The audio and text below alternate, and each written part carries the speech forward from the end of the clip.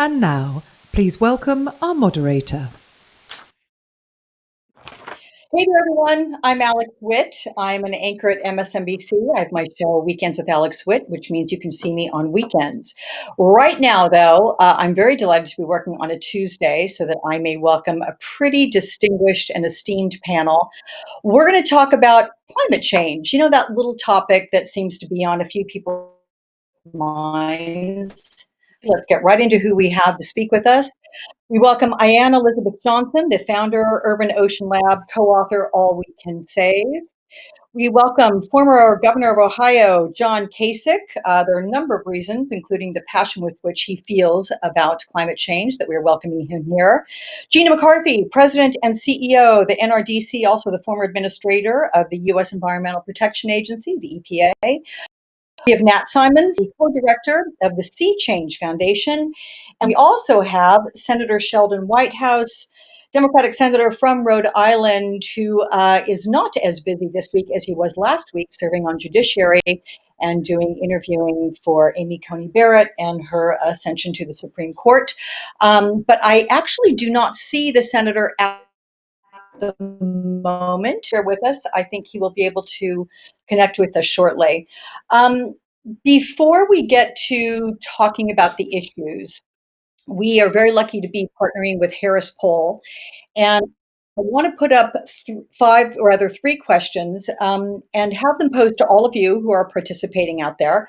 And please weigh in, answer these questions. They're pretty simple, only two answers for each question. This has to do with COVID-19 and climate change as well. The first question for all of you is, has COVID-19 made you more aware of the threat posed by climate change to America and the world, or are you about as aware as you were before COVID-19? There you can see in the small screen you have two answers. A, you've become more aware. B, you're about as aware as before. So when you get a chance, answer that question. We're very curious to hear what your thoughts are on that. The second question for all of you, we'd like to put up on the screen as well. Has COVID-19 made you more nervous about climate change threats, including public health threats, as a consequence of climate change?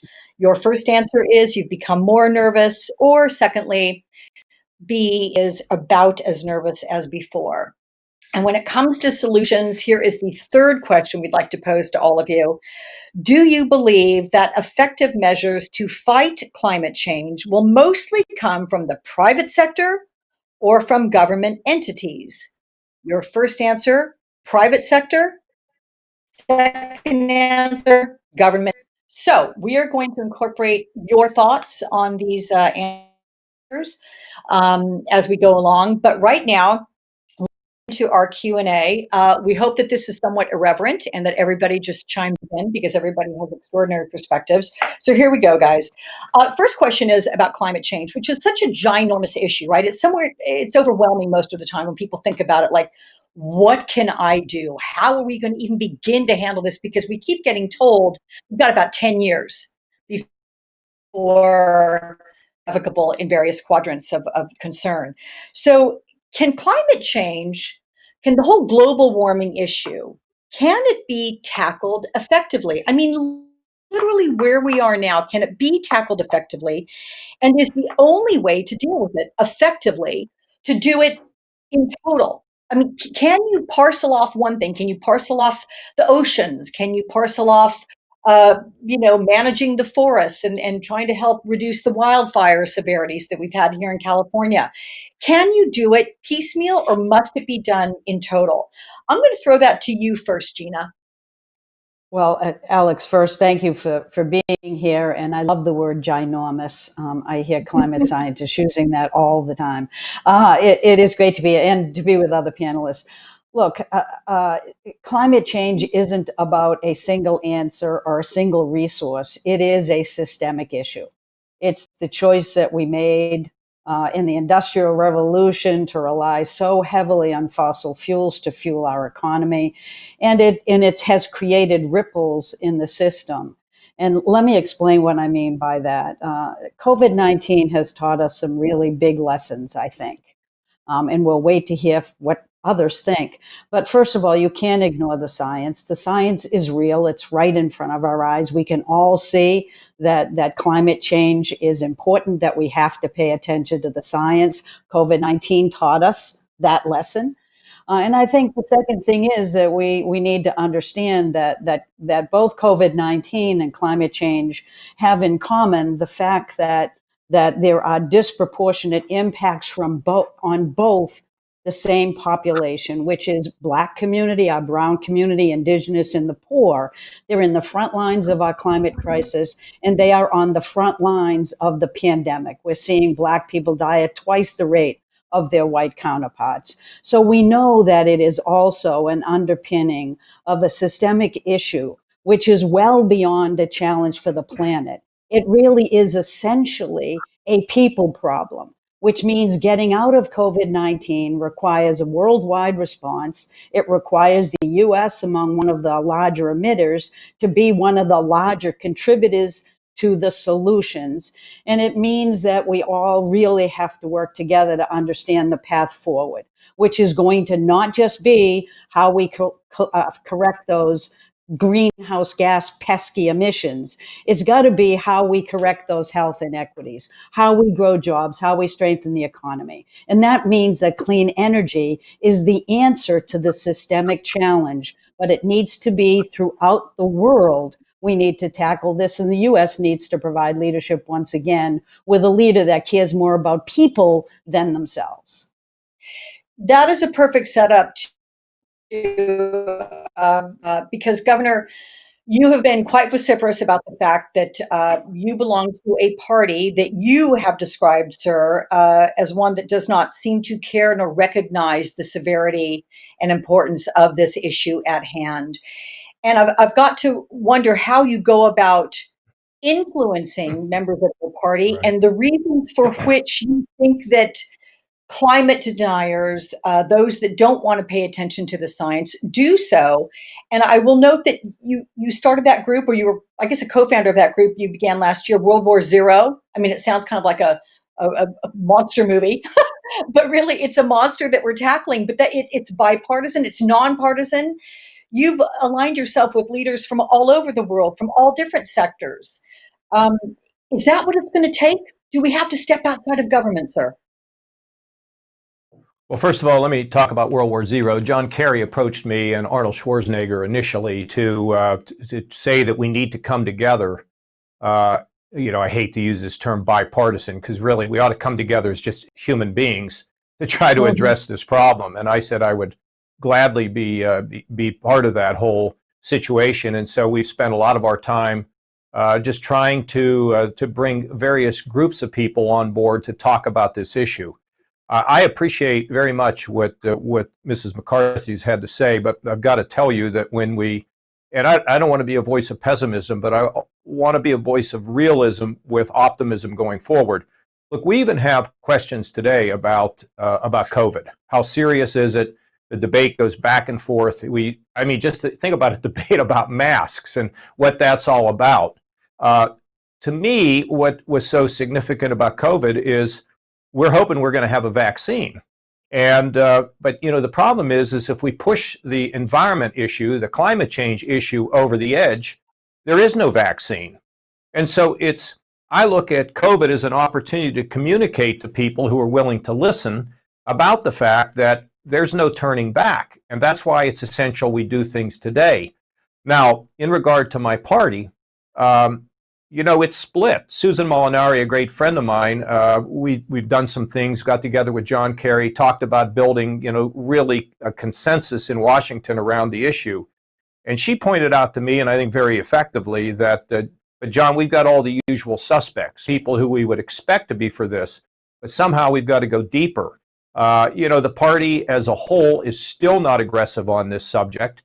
Do I think we can get them there? Yes, I do. Are Americans themselves united around this? I don't think they are. Can we get them there? I think we can. Arnold Schwarzenegger is, a very effective communicator, and he says that we should focus on the near term. We can't focus on the ice in, 25 or 30 or 50 years or whatever. And I agree with him on that. It is around clean water. If you ask people of all partisan persuasions, do you think we ought to have clean water? There isn't anybody that says no. And we can point to the fact that clean water in areas around this country, is really at risk. The same thing is true with clean air. I mean, if you have a son or a daughter, or you yourself has asthma, and you know that these particulates can make your condition worse, of course we have to focus on that. So we've got to come up with effective ways to bring people in who, to this point, haven't been in, and then to be able to move forward with both, in my opinion, public solutions and public efforts combined with private sector solutions. Because I've become pretty well convinced, just looking at battery technology, we're able to have battery technology effective in this country. The ability to store energy from wind and from the sun and from geothermal, whatever, we could get ourselves in a very good position of being able to move forward on this issue as we approach zero carbon. The final thing I tell you is, why do I think there's hope? Well, because George Shultz, one of the godfathers of Republican Party in the modern time, along with Jim Baker. I think there's a great book coming out on Jim Baker, the former Chief of Staff, Secretary of State, former everything. Those two guys have said that we need to have a plan. We need to address this. And George Shultz told me the reason why he's been paying attention to it, believe it or not, is that Ronald Reagan called him in the Oval Office once and said, "What is all this I read about the ozone?" And Shultz says, "I don't know much about the disappearing ozone." And Reagan said, "Well, we better have an insurance policy in case it's disappearing." So we got to bring those ideas to the table with Republicans, communicate this to the public at large, and have our young people talking to their parents and their grandparents about the fact that they would like to have the planet safe for themselves and for their children. Amen to that. Senator Whitehouse, I'm so glad the technology back into our club here. Let me ask you, sir, about things that you have going on right now, because I know, sir, that you serve on the Committee on Environment and Public Works. You're the co-founder of the Senate Oceans Caucus, all out to protect our oceans and our coasts. Talk about the passion with which you approach this. What is the number one concern that keeps you up at night when you think about this? And how do you tackle it through government policy? I think for me, the number one concern is that this is a very doable thing. And we simply haven't addressed what the real obstacles are to getting it done. And by getting it done, I mean doing a real piece of climate legislation. I haven't seen a single study out of anyone that says we can solve the climate change problem simply with voluntary individual and corporate activities. There has to be a government-wide policy that adjusts for the massive $600 billion annual subsidy that fossil fuel gets in the United States alone.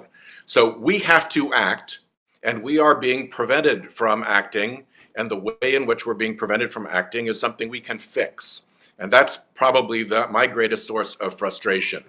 You've got the fossil fuel industry out there running essentially a covert operation against their own country.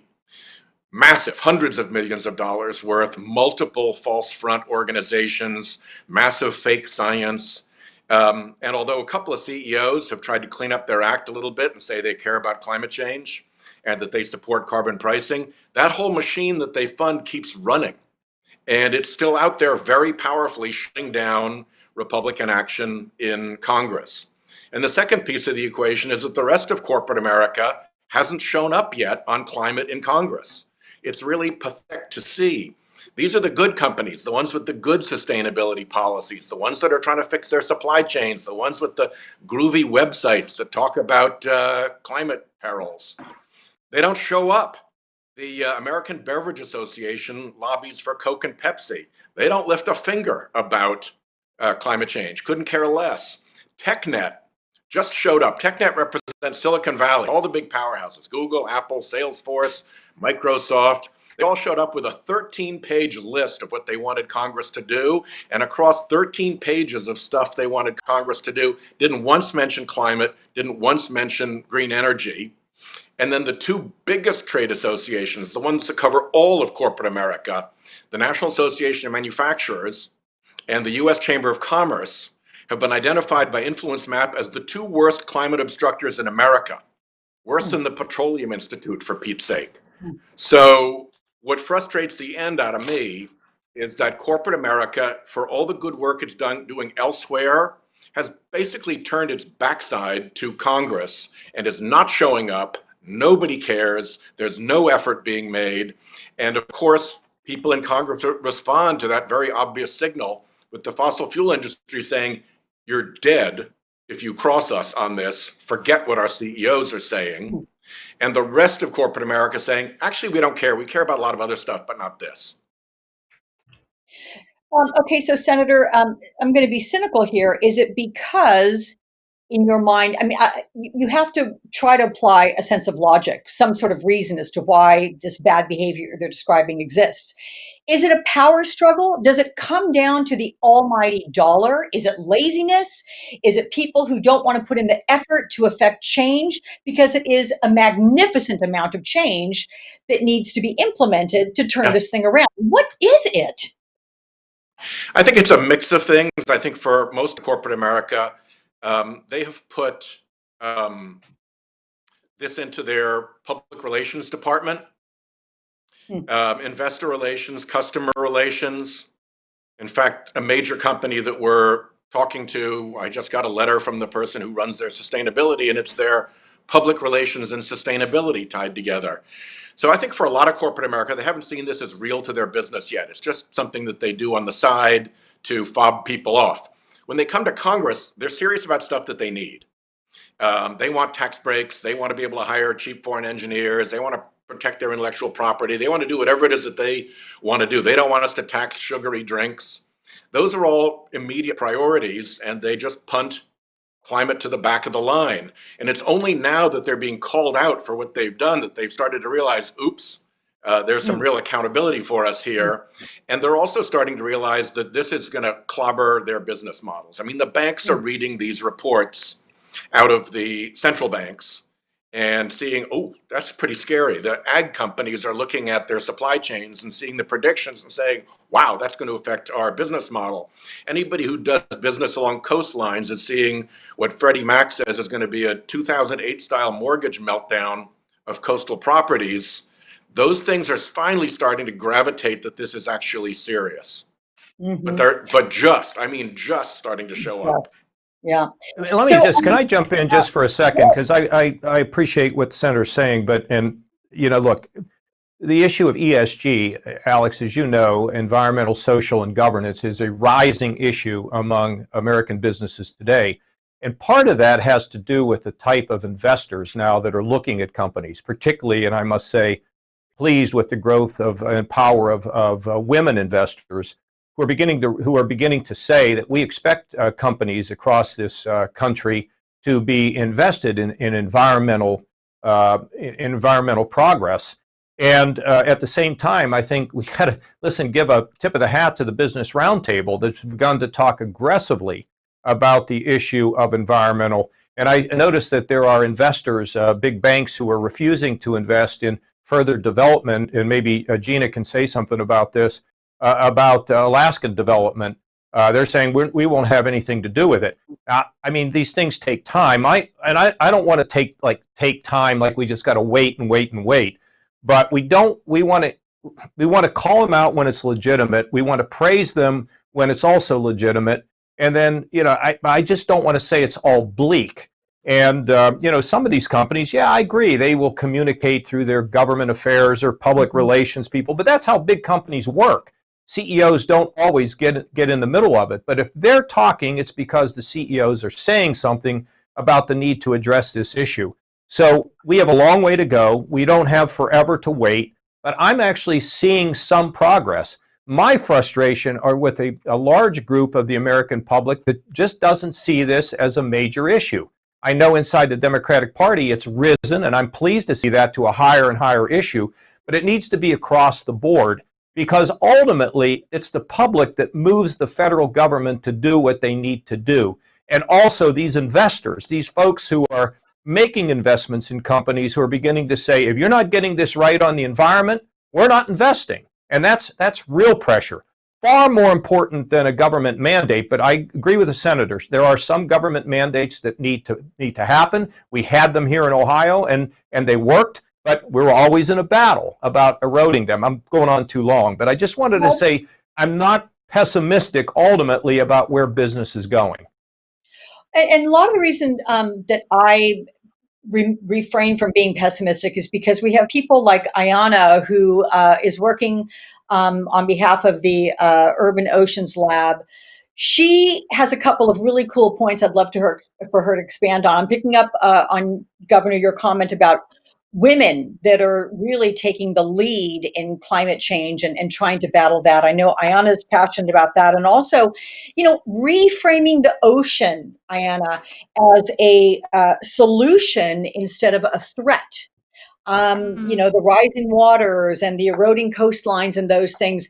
I know that you take both of these issues real seriously there at the Ocean Lab. Talk about those two things: women leadership and how the oceans can be a solution. Sure. Yeah, absolutely. I think, first of all, it's really great to be here speaking after Gina McCarthy and Senator Whitehouse, because then I just get to nod and agree with everything they say and not have to mention those points myself. So, and Senator Whitehouse, thank you so much for your leadership on ocean issues in Congress. Today is a big day for ocean policy in the US because today was introduced the Ocean-Based Climate Solutions Act, which would prohibit new oil and gas drilling in the outer continental shelf, which would ramp up offshore wind energy, which would protect 30% of our ocean by 2030, this 30 by 30 goal that we're seeing. So we're finally having, a new round of major legislation being introduced into Congress that frames the ocean as part of the climate solutions. And so we know that, most of New England could be powered by offshore wind energy, right?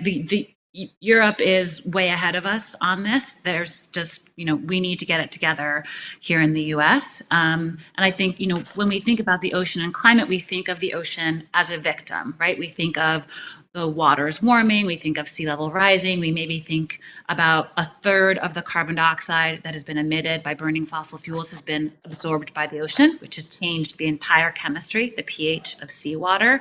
93% of the heat that's been trapped by greenhouse gases has been absorbed by the ocean. But at the same time, coastal ecosystems can protect us from storms and absorb 5 times more carbon than a forest on land. There's all this opportunity for offshore renewable energy, for offshore regenerative farming. And so I think it is really important to see the ocean as a hero and not just a victim. And so making sure the ocean is included when we think about climate policy is the only way that will succeed. And I just wanted to add some numbers to the points that have been raised so far about sort of where Americans are on this issue. 73% of Americans understand that climate change is happening. That is the majority of Americans, right? It is only 10% of Americans who fully deny the science of climate change. So honestly, we can solve this without them. So we just need to move on. And as much as I would love for this to be very bipartisan, and we've seen things like the AIM Act right now, where both parties are trying to regulate really dangerous hydrofluorocarbons, which are really potent greenhouse gases used for refrigeration. There's a bipartisan bill there that Trump has threatened to veto. So there is some bipartisan action here, but the majority of climate deniers are conservative white men. That is just a fact.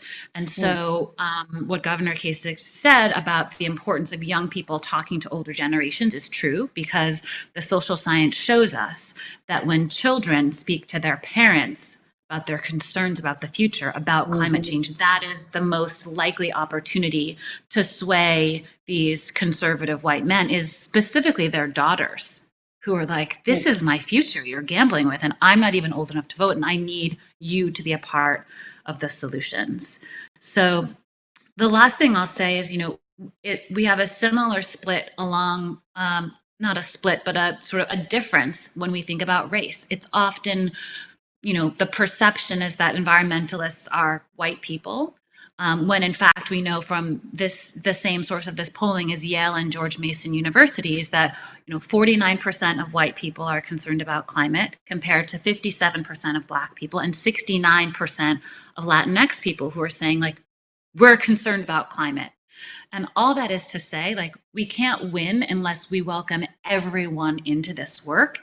If we want to build the biggest, strongest team, we should certainly be reaching out to the people who are already on board, who already care. And Alex, you asked me about the role of women in this work and the importance of including women. I just co-edited an anthology of essays by women climate leaders called All We Can Save. Gina has an incredible piece in there called Public Service for Public Health. And through doing that research, I learned about like the social science, the data on the importance of including women in that work. And in particular, research shows that women have an edge over men when it comes to caring about the planet, and acting on that care. Women have an aversion to taking on outsized risk and imposing it on others, which is something that data indicates white men are particularly inclined to do. This transfers into policymaking too. Female legislators more strongly support environmental laws and stricter laws at that. When parliaments have greater representation of women, they are more likely to ratify environmental treaties. When women participate equally with men, climate policy interventions are more effective. At a national level, higher political and social status for women correlates with lower carbon emissions and greater creation of protected areas. And so our conclusion from reading all of these papers was it's obviously not about only women, but about making sure that women are included and have the opportunity to lead at all levels. So as much as we want to separate, diversity, gender, race from climate, unfortunately, they're all intertwined and we need everyone being able to bring their full brain power and creativity to work on these solutions. Anyone, everyone. I think that our third Harris poll question be pulled back up onto the screen. I'd love to just see how everyone who's participating and watching this has viewed this. I'll read the question, everyone. Do you believe that effective measures to fight climate change will mostly come from the private sector or from government entities? Wow, look at that. Private sector is doing the vast majority of the vote here. Wow, that is impressive. It depends who's running the government next time, huh? Well, that is exactly. I agree with that. If the senator and the governor were running things, and Gina as well as former EPA administrator. Go ahead, Gina, and then I'm going to get to you, Nat, about this. Well, and then get to Nat. He does investments. Go ahead. Sorry, I'll jump in after. Okay, jump in after. So Nat, let's remind folks what you do. You are the co-director of the Sea Change Foundation. You're all about the philanthropy and getting people involved that way, corporate individuals and the like. So apparently you've got a lot of pressure on you, pal, because everybody who's listening to this thinks that you've got the answers and it's up to you. So talk about the philanthropic component. And is that a way that individuals can say, if you can't join forces with IANA or can't join forces with the senator, through governmental entities, it's like, do it this way? Well, look, I think everybody has a role to play. I think that we all have to figure out what role is best for us and where we can do the most to solve this problem. I think that philanthropy as a category,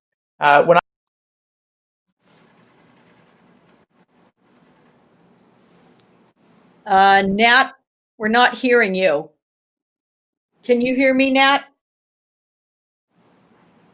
I think we might have an issue there. Nat, yeah. Okay. So Nat's out. Gina, I will ask you to jump in and share your thoughts, and we hope we get Nat back to talk about philanthropic efforts. Well, thanks. I was actually going to tell you, Alex, after Ayanna, I think the women here should just stop talking whatsoever and just shut this down, because she had the definitive statement about how important women are. But the issue that I want to hit is, I saw the polling, and it's not that I disagree with it, but I think that it is a combination of both the private sector and government. because left to the private sector, we have a fossil fuel industry that is controlling much of the discussion we have today in the background. And I'm not relying on the fossil fuel companies to fix the climate problem. Okay. So I think one of the things we just need to think about is that I feel like a combination of investments, both at the federal level, where the federal level has some wonderful opportunities to generate momentum for early stage companies that actually can do a great public service by selling their products. They provide opportunities for that seed funding to happen until it can get to the federal level. I'm sorry, until it gets to the private sector and earn the kind of money that you need to keep developing it. And the second issue is that the government sends signals in the marketplace about what's necessary to keep our economy strong and to make everybody healthy. I am not relying on the private sector to send those signals. I'm relying on government to do it. We do it by actually writing standards, and those standards are enormously critical because, as we said before, we know who's being most harmed by pollution. They're the same people most at risk in climate. I am not going to believe that the marketplace itself, or even market mechanisms left to their own devices, are going to provide the kind of equitable benefits, the share of the pie to the communities that have been left behind. So let's not think that more of the same, which is private sector controlling the dialogue, is going to get us where we need to go, because this is not just a worldwide problem, it's a personal one. And as women across the world know, if we want our children to have a good future, that will not be handed to the private sector to define that strategy. While I hope and pray, and they can make money on climate solutions now and keep our economy strong and grow jobs, it is not the only way in which we can ensure that we have the kind of future that we want. Mm-hmm. I would jump in, Alex, if you don't mind, Yes, and add go that ahead, Senator. I was going to ask you next, but yeah. the International Monetary Fund, which is not exactly the greenest organization on the planet, has calculated the subsidy that fossil fuel enjoys in the United States alone every year at $600 billion. And that's mostly from violating the no negative externalities rule of economics. But there it is, and that's the IMF. So it's really hard to have the private sector work around what is globally a multi-trillion-dollar subsidy for fossil fuel. If you're going to go with market theory, you got to follow market rules, and the market rules are that harms and externalities have to be baked into the price. And the fossil fuel industry's huge political operation has been to prevent exactly that from happening for all these years. So yes, the private sector is going to bring solutions, but only if government creates the environment in which those solutions can flourish. And at the moment, what we're creating and what we're perpetuating is a system that the fossil fuel industry is driving to protect its dominance and to squash competition, to squash carbon removal, to squash pretty much everything else.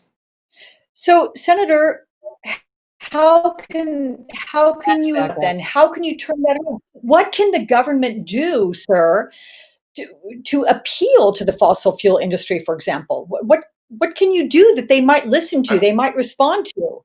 And they're like Ayana's 10%. I've given up on them. We just have to work around them. Okay, They show up at Climate Leadership Council meetings and put their name on statements, and then they go out and run attack operations to prevent the thing they claim to want from happening. What I do think is, in the larger business community, there's some real momentum emerging out of the Business Roundtable, out of the Climate Leadership Council. And when they decide to get on the political playing field, then there's a lot we can do with their support. And I think pricing carbon so that you end up it's not free to pollute any longer is pretty baseline stuff. So I think there's a lot that can be done here. But nobody should think that corporate America is on the political playing field for climate action right now. They're doing great things often in their own corporate precincts. They're working out their supply chains. They're communicating differently about it. But in Congress, nada yet. And that can change rapidly, and it will change soon, I believe. So, Senator, there's two simple things on that. And one opportunity is when we have a new Congress that isn't afraid to stop subsidizing fossil fuels. And a lot of these businesses would go bankrupt. We have been bailing them out repeatedly. Fracking doesn't make financial sense, for example. In the recovery from COVID, we've spent billions of dollars on fossil fuel industry in bailouts instead of investing in the transformation to renewable energy, for example. So there's actually a lot that Congress can do to say, like, we're just not doing you any more favors. You want a free market? Here's your free market. Try to see if you can make it without any help from the government, because we are they've been really advantaged over clean energy, and that's part of why we've been so slow. And I think as much as we're seeing corporations start to do their little thing, I don't think we have our heads around just how rapidly this transformation needs to happen. Right? The science says we need to cut our emissions in half within a decade. That's not going to happen if everyone just does whatever they feel like each quarter, right? We need like some real mobilization super quickly, all marching in the same direction.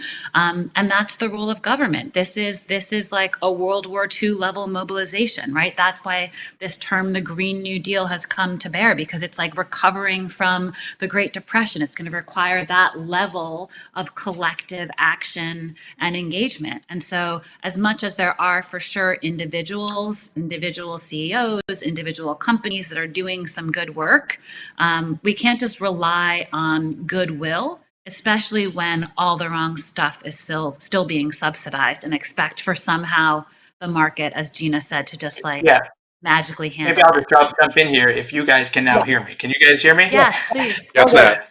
Great. We're good. Not exactly sure what happened, but I suspect it was this wireless mic of mine. Look, I think that what Senator Whitehouse said so clearly, and I don't think that Governor Kasich would have an issue there, is that the entrenched interests are very strong. And that even though I wouldn't disagree with the poll results, which said that the private sector ultimately has to be the solution, we have to realize that the power of incumbency is very dramatic, and that that it's not just going to take care of itself on its own. The fossil fuel industry isn't necessarily monolithically our enemy. Clearly, the coal industry probably is, and there's a lot of wiring, which makes it very difficult for them to truly address the opportunities. But there's no question that the clean energy revolution is going to be a tremendous boon to a lot of energy companies that are in the traditional fossil fuel industry now. But that requires catalytic activity, and that kind of catalytic activity really needs to be funded through a variety of different activities, but philanthropy has to be a big part of it. And when I say philanthropy, I include advocacy. These are very powerful forces, and they have to be met with fairly equally powerful forces. And these are simply not going to be transitions which are going to happen. Look, we know that we're moving to a low carbon future. That's never been an issue. From the time that we got into the space, it was clear that we're going to move to low carbon. The question is, are we going to do it fast enough? And that's the entire question. And that's going to require effort from everybody, from all walks. It's going to be corporate activity. It's going to have to be philanthropic. It's going to have to be advocacy. It's going to have to be the investing community. And there's nobody who has cornered the market on what we have to do to solve this problem. The fact is that we all have to figure out the thing that we can do the best and execute on that. And if corporations aren't doing the right thing, then efforts have to be made to hold them accountable. And the fact is that ultimately these companies will be hurt by their own perception of ignoring the problem, and ultimately not being able to recruit the best and the brightest people who aren't going to want to work for a company that's ignoring this issue or just paying lip service to it, the way that Sheldon said. So I'll leave it at that. But I don't think there's any disconnect between anything that somebody's saying, and even that poll doesn't bother me. It's just that without the price signals, without the government activity, the private sector simply won't ramp up fast enough. Well, listen, I'd love to think that the reason that poll has skewed so heavily in the favor of philanthropic and advocacy work, to your point, Nat, is that maybe that reflects the audience that we have watching, right? That we've got corporate heads, we've got business people that are listening to this and saying, yeah, we have to take a stance on this and get involved. So let's hope that's the case. Yeah. No, and it's great. It's great that that's the case. It really is. The other side of the coin is, yes, we need government to send the signals and set this up right. Mm-hmm. But even in the face of government not wanting to change the dynamic, which is what we have right now, clean energy continues to be cheaper in most places. You continue to see states really going all out. 1 in 3 people live in a state that's committed to going 100% clean energy. So we see what we see here is an entrenchment that's far bigger than people give it credit. Because it's not just about the marketplace. If it were just about the marketplace, we'd have clean energy at twice the level we have it now. We have opportunities right now for huge solutions. And part of the challenge has been a communication issue. We've not only deferred to all the fossil fuel negativity and to all the anti-climate rhetoric, but we've also not been very clear that a clean energy future is better for us today. We can design that future that raises everybody up instead of consistently leaving communities behind because of systemic racism. It's about better housing. It's about access to food. It's about all the things that everyone would want, which is why I'm both optimistic and hugely frustrated that we have let people just simply talk about greenhouse gases as if the only thing we care about is the climate. We care about people. This is all about people and all about what kind of future we leave for our kids. 100%. Gina, you've talked about, it's, you need to make it relevant. You need to make this real to everybody's life, just on the most basic level before you talk about how it improve your health, how it will get more jobs, how it, what policies need to be put in effect, how it can bring people out of poverty by changing the environment around. I mean, it's just so I want to get to you, Governor.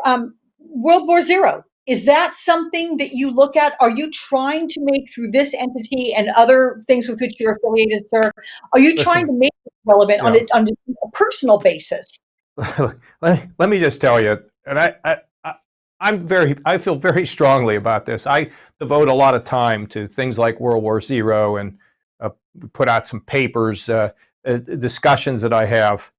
Look, the new Green Deal did not pass in the United States House of Representatives. I don't think got many votes. Number two, there's just, it's not just one party now that isn't moving, fast enough. What could we do? Well, one is I think we could price carbon, or we could trade carbon. Okay, that's something that ought to get done. How do you do this? Look, I was involved throughout my career in a lot of negotiations on very big things, including the United States budget. We got everybody around the table and said, look, we can't pass this on to our kids. So we all sat down, Republicans, Democrats, conservatives, liberals, and we hammered out a deal. What we have to do with government here is to get all the forces. And I agree with the comment, those who are just deniers, forget it. And those who are extremists on the other side, that say we're going to shut everything down tomorrow, they're not going to work either. You got to grow this from the middle out. Trying to grow it from the outside in doesn't work. Because I'd like to see us pass, and quickly, some responsible legislation that will provide the incentives and help the private sector to invest more. When we talk about investment out of government, more basic science research. It's been shorted. We need to be able to be in a position of where they can encourage more research at our universities and our national labs. These are things that would work. I guess what I'm suggesting is I was a little skeptical about how all these jobs would come from the private sector. I'm now becoming more and more convinced we can have a green new economy, and we need to move there. And if we do things that we can get people who are in the middle to agree this is a real problem and these are some real solutions that we can put into play, then I think we're going to see more progress out of the private sector. Let me also suggest to you, though, that there are people who are worried about their jobs. Go into the state of Pennsylvania and campaign against fracking and ignore manufacturing, and you're going to lose, okay? Joe Biden has not endorsed the new Green Deal. He's encouraging, still saying that he thinks that fracking has a place on the transition from natural gas to renewables. I mean, we got to understand where this is, and I so much appreciate the strength at which these arguments are being articulated. I share many of the views, but I also want to be a realist about what we can get done, what can happen in the next Congress. Now, maybe if the Democrats win the Senate, the Democrats have the House, you're going to get all this change. I'm not sure that's going to happen. I've been in politics a long time, and these things tend to happen, more in a sequence. But having Senator Whitehouse and number of people who feel passionately on the Republican side, get a group together, pass something there. And then what Nat is doing, trying to get more venture capital to invest, more basic research, by the way, more basic science research out of the federal government, that will work. And again, I'm glad, Senator, you mentioned the Business Roundtable and their commitment, and the ESG and investment dollars are the lifeblood, Nat. I mean, if companies can't get investment, if they can't get capital, they die. So there is a growing sense that you have to be responsible. And if you're not responsible about this environmental issues inside of your company, you know, we're not going to give you any money. And I happen to deal with business leaders who tell me that this is a top priority for them. So I'm a little frustrated that it isn't going fast enough. I'm frustrated at times with my party. Too many of them just don't seem interested or deny. But I'm optimistic over time, working with things like World War Zero and the coalition of people, Christy Whitman, Susan Molinari, generals, people in the Pentagon, working with John Kerry. All these things can come together to move this forward. But we have to keep the heat on. We have to keep the pressure on. And we've got to get these young people mobilized to start demanding that things happen. Absolutely. Alex, can I make there's one two last quick point facts from my I'd experience Senator, you here? first, then. Yep. I've got to go down to the floor in just a minute, so I want to mention that Absolutely. to what Yeah. John just said, you know, climate work actually used to be pretty bipartisan in the Senate. Yeah. I got elected in 06, I got sworn in 07, and through 07, 08, and 09, not only do we have probably nearly half a dozen solid climate bills kicking around in the Senate that were all bipartisan, but the Republicans put up a nominee for president, John McCain, who had a very robust, sincere, and serious climate platform. It all came to a shocking and abrupt end in January of 2010 when the Citizens United decision came down and the fossil fuel industry went from having political musketry to having political tactical nukes. And they went to the Republican Party and told people like Bob Inglis, who lost his job over it, you're all done. We're not going to tolerate any longer any Republican dissent against our fossil fuel orthodoxy here. And we've lost a decade because of that. Once again, these are fixable problems. That bipartisanship that existed in 07, 08, and 09 can come back when that massive kind of tactical nuke pressure, political pressure from the fossil fuel industry front groups comes to an end, and then John's party returns. This is not something where there was collective madness in the Republican Party. There was an outside force that applied itself, and we have to be aware of that. But Yeah, you Senator, know, let me just say this, because this is practical. First of all, the Republican Party doesn't start to connect with the issues of the day, which include the wealth gap, environmental policy, health care, debt issues. I don't know what they're doing. Okay, and I remind you all, I've never supported Donald Trump, you know, and you all know that, so I don't need to get into that. But let me also tell you one of the frustrations. When I was governor, we had a mandated renewable program here, a mandated use of wind and solar, and also the need to conserve. And the legislature, the Republican legislature, wanted to repeal that mandate, make it voluntary. I said, no, you're not going to do that. And they sent me a bill to do that, and I vetoed it. I said, send me 100 more bills, and I'm going to veto it, and we're going to have a war over this. Well, the minute I left, they changed the policy. And they changed the policy for a variety of reasons, and sometimes they get the idea that government intrusion, all this, is just dead wrong. And they're dead wrong. This was an appropriate and effective thing that was happening in our state, and they got rid of it.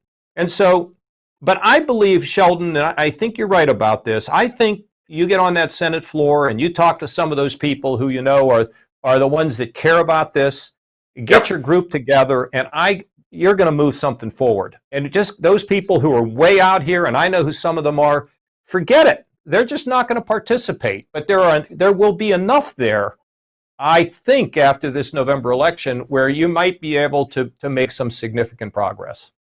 We're getting there. I think one of the things that Senator Whitehouse is saying is, you know, and I've heard him discuss before, is there are a lot of people who understand that climate change is happening, who won't vote that way in Congress because of these powerful corporate interests, right? people understand what's happening, but they know they'll lose their seat. They know they'll lose their funding. And so we have this like really dangerously broken system, which even a decade ago, as Senator Whitehouse mentioned, was not this polarized. The Republican Party only became the party of climate denial in the last 10 years.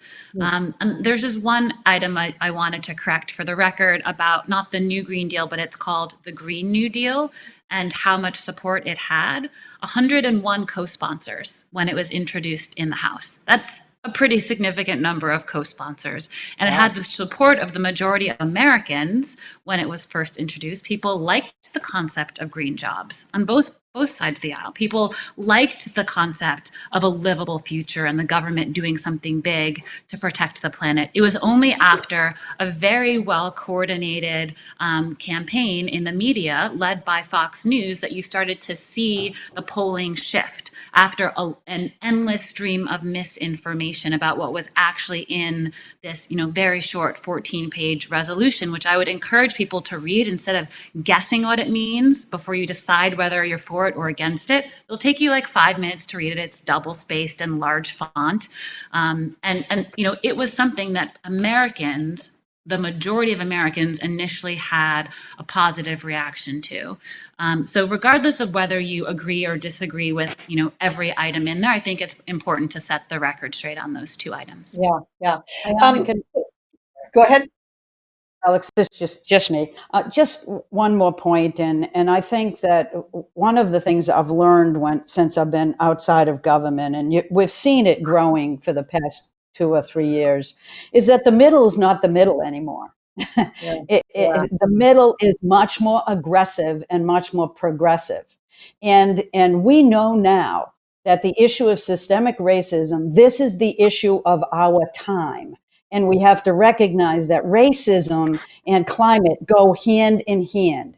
It holds back the very same people. And the reason why I'm raising this, and this is not because I'm against market-based policies per se, most I am, but the very reason is that it doesn't protect the most vulnerable. It tends to be a level playing field where nobody gets shifted. And I don't think that that's the strategy that can be articulated unless it's much more sophisticated to not just put a price on it, but to tell me where those investments are going to go. Tell me who's going to be benefited by it. Because to me, the whole failure of the system is that we haven't created the demand that democracy requires at the bottom up. So I'm not working the middle up. I'm working the bottom up because I think that's where even politicians will get that if I want to stay in office, I got to do this thing and it's got to benefit all my constituencies. And that thing is to invest in clean energy because it does that. It's accountability to the very beginning.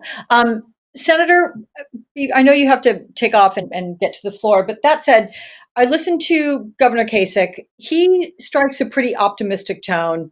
The rest of the panelists do because of the passion. You have incredible passion, Sarah, but at first you said the fossil fuel industry, you just shook your head and you said, there's no dealing with it. What is it going to take? Is it courage that people have to find? No, what about penalty? First of all, I think climate denial has essentially lost all its credibility. Second, there is a real resurgence in the Republican Party of interest in this, particularly among young Republicans. Resolutions out of young Republican groups on college campuses all across the country. So I think there's a lot of movement within the party. I think that the awakening in corporate America that this is real and not something for public relations and investor relations and customer relations is going to really manifest itself. And when the big Wall Street banks and the finance companies like BlackRock and people who are invested along our coasts and the ag sector and tech finally show up, probably in tech's case because they're embarrassed that they got caught walking away from climate when they claim to be so engaged. When they show up, they could come into Mitch McConnell's office tomorrow and say, hey, we're cutting you off. We're cutting you and all your senators off unless you give a serious climate vote for us. And we don't want you to be pulling strings against us. We're in this and we need this now. This is part of our future. Then I think this changes super quickly. So actually, I am very optimistic, but I'm focusing on what I think are the key lever points to drive that change rapidly. And it's knocking off the Chamber of Commerce from being one of the worst climate obstructors in America. And it's corporate America stepping up to their Republican representatives and saying, we're in this now. This isn't just public relations any longer. You've got to do this. And then suddenly we've got people on the other side we can work with, and we go forward as John suggested. And it could happen in a week. It could happen in a month if those conditions changed. But Just, and I know, Senator, you have to go. I just want to quickly step in here and say that is absolutely true, and it doesn't just happen without countervailing forces. That's where, again, going back to the people who have influence, whether they're philanthropists, whether they're folks that are advocacy, they have to create that counterbalance. They have to create an environment where those kinds of conversations can happen. They just don't happen. There has to be a deep outside game. It has to go on for years and years, just like the other side has done, to create an environment where deals can happen. And I think that that's something where we are closer to getting to that point than people think, but we aren't there. We need to have additional people enter this fight, whether their motivation or whether their influence can be on the corporate side, philanthropy side, the advocacy side, or the investing side. But we have to get those folks in, because this is simply not going to happen without a lot more people who have a lot of clout coming in and throwing their weight behind it. and look, it also comes to you, and I would love any and all of you to say, what, as a member of the media, can the media do to inform the electorate, to inform the public? I mean, how much do we need to step things up? Come at me. What can we do? Never again ask if someone believes in climate change. Yes. It is not a matter of faith. It is a matter of science. And I think that is an easy place to start. Is just say, do you understand the risks that we are facing, and what is your plan to address them? Because that's the conversation the rest of the world is having. It's the conversation we need to be having in the US. Here's the goal. We need a future where we're all safe and we have food and we have jobs and we have a strong economy and all these things. Like, what is your plan to get us there, given the impacts of climate that scientists are telling us that are coming? I think we need to move from like, do we or do we not do something, to what is your plan? That's good. Anyone else? What do you That's want to see my from the note to media? end on. Thank you, everybody. Okay, thank you so much for that. Checking out. Hey guys, before we go though, I would love to look at the results of the poll, since we have another minute, it looks like, and that's about it. Can we bring up question number 1? I'm just really curious to see the extent to which COVID-19 made people more threat posed by climate change. Let's see. The answer is overwhelmingly about as aware as before. So we have an informed. Bring up question 2 as well. Has COVID-19 made you more nervous about climate change threats, including public health threats, and as a consequence of climate change? That's a little more even, Stephen. Folks have become more nervous, but it seems like pretty much they're just about as nervous as before. I got to tell you, I was reading just in Politico. It came out, I don't know, 15 minutes before the panel started, about how, the plastic bags, all of the masks, the gloves, all of that, all the things that have gone into the landfill, people living at home, people having delivery with the styrofoam, the plastics. I mean, it's extraordinary the extent to which COVID-19 and the way we have all been forced to live these last number of months has just piled on. I mean, it's yet another thing that we're dealing with. I know that's a separate issue from climate change, but it's all related. And I just thought, oh wow, that's even worse than before. I think that comes back to the way, your original really quickly, question. because we're about to end. I do want to give a shout out to Governor Kasich, and it has nothing to do with the fact that Senator Whitehouse just left, that the work around getting the Republican Party to embrace climate and to work with efforts like World War Zero is absolutely critical, arguably the most important work that has to happen. So I commend you and I applaud you for your efforts, Governor. Governor, hey, Alex, let me just say one last thing. And here's the thing about COVID. I think COVID has forced all of us to kind of look inside, slow down, figure out what's important. And, I watched 60 Minutes on Sunday and the story about this incredible guy, Navalny, who's been standing up against Vladimir Putin. And you look at him and say, wow, he puts everything on the line. And people like that should inspire us on whatever the issues are. the issues of race, the issues of the widening gap between rich and poor, the environment.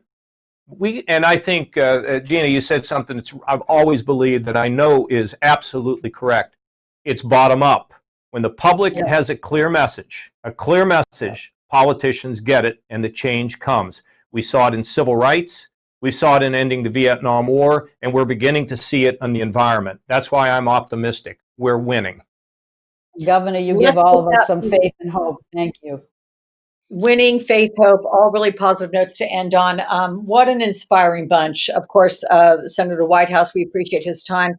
Governor Kasich, Ayanna Johnson, Gina McCarthy, Matt Cummins, guys, amazing. Thank you so much. And I'd like to think I'm becoming just as passionate as you are. So thank you so much. Take care, everybody. Alex.